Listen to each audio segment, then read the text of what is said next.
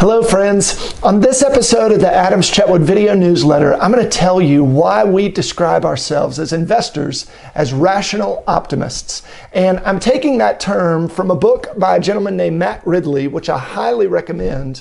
But I think this is timely because in coming off of a year which has been so depressing in many ways, when it feels like life is getting worse, when our country seems to be unraveling, the fabric of our nation seems to be unraveling, and people are assuming the worst about each other, and we've had a global pandemic that has ravaged lives and personal finances, I wanted to encourage you a little bit.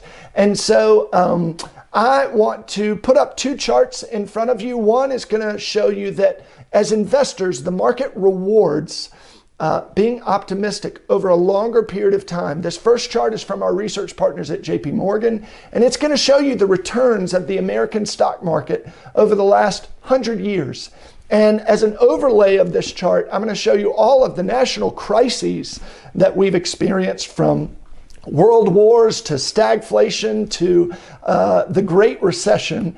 And you're going to see that over the long term, the market keeps marching on, and it rewards those who are optimistic. I'm also going to show you a chart that looks at life expectancies over the last 200 years or so, and you're going to see that even though we may seem like every time we turn on the news that life is getting worse, it's actually getting better.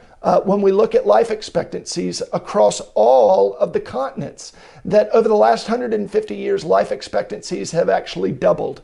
And I want to read an excerpt from this book because I believe it will be an encouragement to you and give you some insight into how we manage your portfolios. And I want to start with this quote from Thomas Babington Macaulay, which says, "On what principle is it that when we see nothing but improvement behind us, we are to expect nothing but deterioration before us?"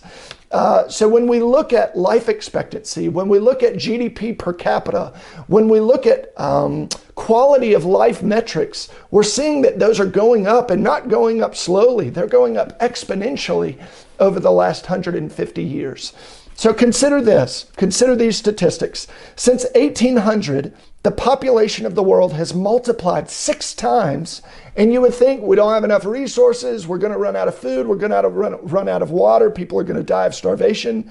But even though the population of the world has multiplied 6 times, average life expectancy has more than doubled, and real income has risen by more than 9 times. And it's not just the affluent. You'll see that the United Nations estimates that poverty was reduced more in the last 50 years than in the previous 500. And so is this just the rich getting richer and the poor getting poorer? No, it's not. I want to share this anecdote that I think is really interesting. Today, Americans that live below the poverty line, Americans who would be designated as poor, 99% have electricity, running water, flushing toilets, and a refrigerator. 95% have a television, 88% a telephone, 71% a car, and 70% air conditioning. Consider that Cornelius Vanderbilt, in all of his splendor, enjoyed none of these.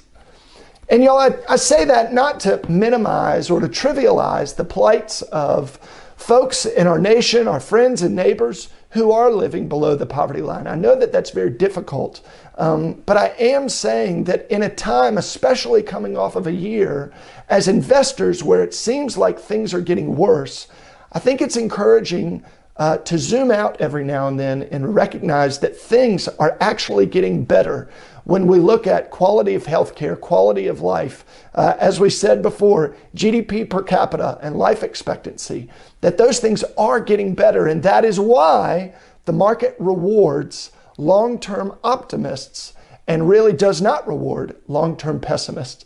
I hope that's encouraging to you and it helps guide you to financial peace of mind.